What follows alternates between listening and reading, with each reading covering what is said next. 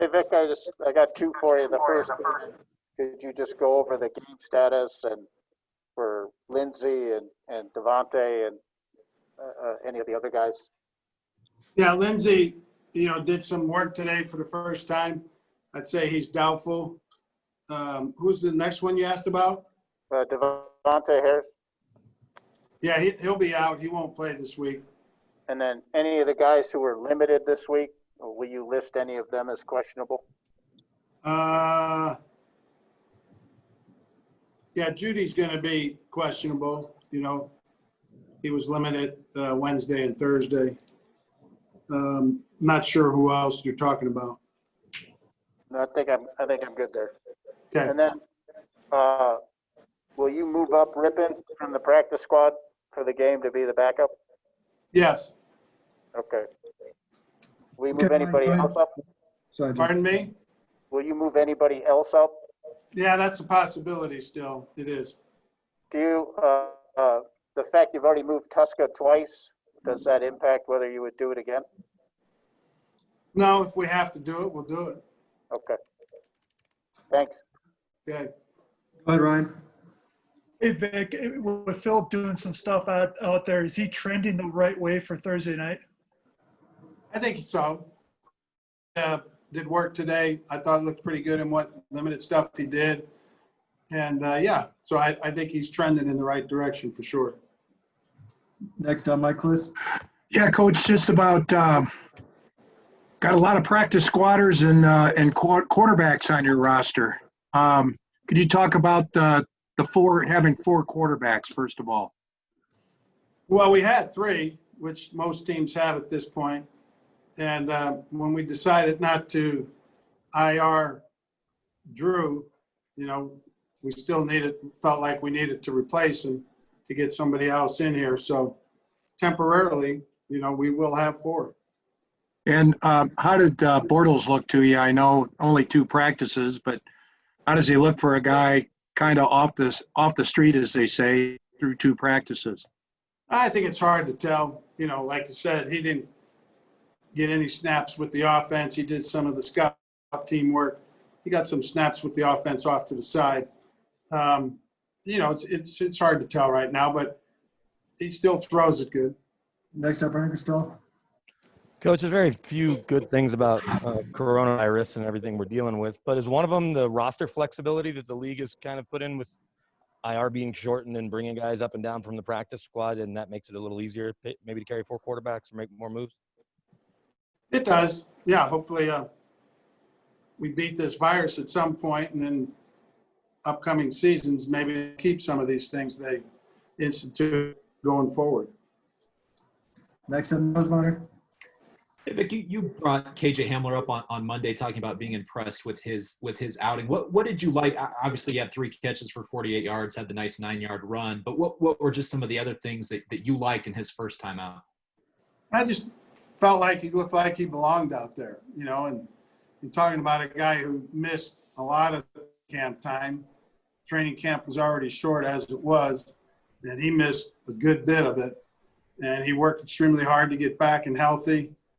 I think we did the right thing with him in that he probably could have played the week before, but wanted to give him another week of practice and get that hamstring 101% healed, not just 100.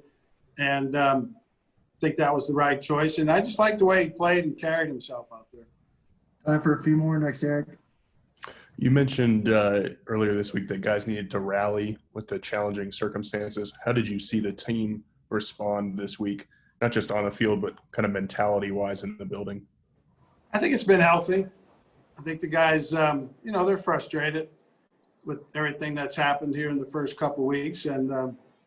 But I think their mindset is good, and they've had a good attitude during the week. Last 2, Zach, then Mike. Hey, Coach, is Jerry Jeudy trending in a way where you think he'll play on Sunday, or is that a game time decision? Is that just game management for him as well? All of the above. So you do think he will play on Sunday? Well, the thing I heard you say was game time decision, yes. Final one, Mike Kliss.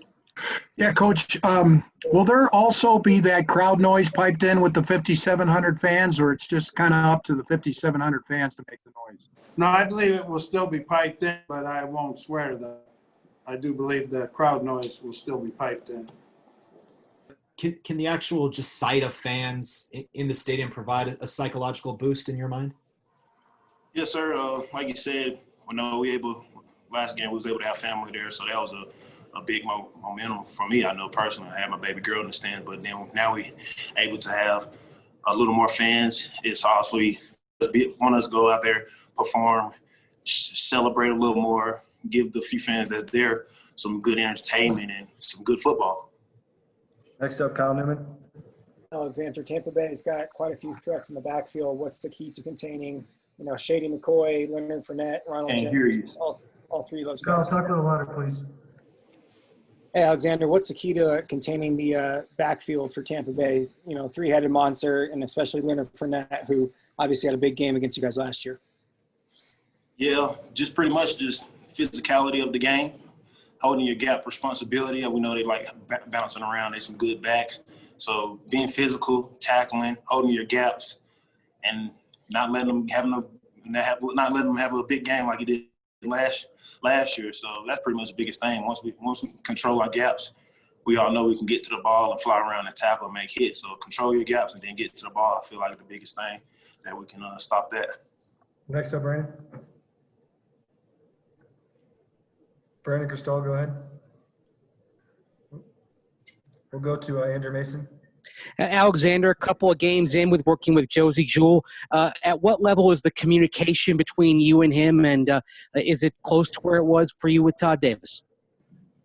Yeah, I feel like the first game, I feel like we was rolling, communicating, playing real smooth, playing fast. So the communication is pretty high. I feel like I know I told him the other day, one of the things my goal is for us is that we can be able to cause a turnover or get an interception, a big momentum change for the team. But as far as our communication and lining up, playing, Josie be spitting stuff out fast and getting everything right. So we communicate back and forth, and I guess the biggest thing just when we got different when we got routes or formations that we know that can be problematic, pre-snap talking before the play is very key, and I feel we've been doing that pretty well in practice this week, so we can just carry that over for this game and have a big game and make some big plays for the team. Next up, Eric Dwella. Alexander, going back to the run defense, where is that in your mind? Is it kind of at a satisfactory level and where you'd like it to be? I know you finished the year last year 7th after you entered the lineup and a little bit lower right now. So kind of your thoughts just on that effort as a whole. I feel like we've been doing pretty well on the run. Obviously, we gave up a big play the last game. Other than that, like the last game, we were shutting the run down and we gave up that one play that messed our stats up. But I feel like just the way we've been playing physically and tackling, like every time you see it, we got at least 3 hats on the ball, 4 hats. It's not too many solo tackles. And anytime you see a defense that's got that many people around the ball, flying, hitting, I feel like that brings a little extra up to stopping the run because, back gonna see that and they're gonna be like, well, you gotta get ready to get hit because we coming to play. Next up, Mike Kliss. Yeah, Alexander. Leonard Fournette's the guy that opened the door for you last year. After he ran all over the defense, they decided to put you in there. I wonder if, you say thank you to him after you tackle him. And what do you think about playing Tom Brady this week? Anything special about that? I definitely won't be saying thank him to you. I'll probably be saying some other stuff to him. But, I guess it's still a somewhat thanks, but no thanks. But definitely going to go out there and have some fun. And biggest thing is stopping him. That's simple. We know he's a good back, and we got to shut him down. That's simple, and try to make him one-dimensional where they have to throw. And obviously, Tom Brady, he's one of the best who ever done it. So it's always pretty cool to be able to get to play against one of the best. But, he's one of the best, but he don't intimidate. I feel like he don't intimidate no one on defense. We're going to come ready to play and execute the best we can to stop them and stop their whole offense, stop their passes, execute as high as we can to get this win. So, obviously, we know Tom Brady, his name speaks for itself. But other than that, we out there on that field ready to play some ball. Last two, James and Zach. Alexander, you mentioned Tom and what he brings, and we all know how good he is. But usually, you go into a game knowing he's probably not going to turn the football over. But now with the new guys and communication has been an issue there, and he's thrown 3 picks in 2 games. Is there a thought that you're playing him in week 3 that there may be an opportunity that you guys have to make sure if it's there, you got to get your hands on it because there are some issues that they're having on offense, and he may give you an opportunity to get a turnover? Yeah, that's the biggest thing, man. Anytime someone gives you an opportunity or he throws it right to you or a tip ball or anything like that, believe like last week it was out of 20-something interceptions or something like that. It was like 14 tip balls, some number like that. So, we got to capitalize on tip balls or miscommunication by them because that's going to set us apart and be able to put our offense in a position to even put more points on the board for the team. So that's a big thing. But obviously we know Tom Brady, he's Tom Brady, so I'm pretty sure he went back to his drawing board to try to fix the stuff they did. Obviously, he threw 3 picks, but other than that, we still hunting, still trying to make them rattle and make them throw the ball up so we can go get it. Final one, Zach. Hey, Alexander, thanks for talking with us. What areas does the defense need to improve the most after these first 2 games? First 2 games, I feel like it's just the little things. Like I feel like overall we've been playing pretty solid, and then we'll mess up and make a mistake. Like we let one big run pop just by us not being in the right spot, or just someone dropping into another spot and someone's just open for a split second. But as far as cleaning up the little things, I feel like we'll be able to just be more solid on defense.